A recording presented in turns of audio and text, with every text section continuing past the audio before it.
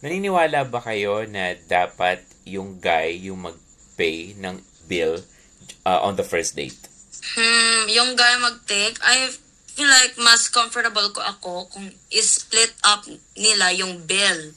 Para, di ba, para balance, equal ba? And I'm not really comfortable kung lalaki yung mag-ano.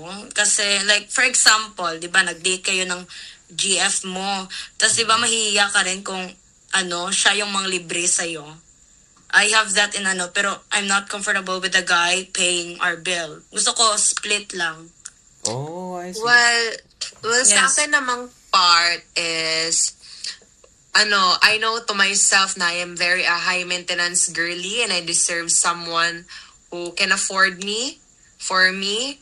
Well, I'm not really, in the first date, like, syempre naman, as kasanayan ng mga girls, like, yung lalaki talaga, yung first kasi sila yung nang date sa'yo, sila yung nanliligo sa'yo. So, that means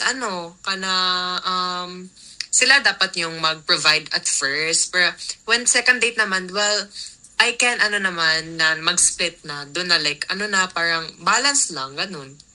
Depende na sa Kapag kaya niya, go. Pag hindi, okay, bye.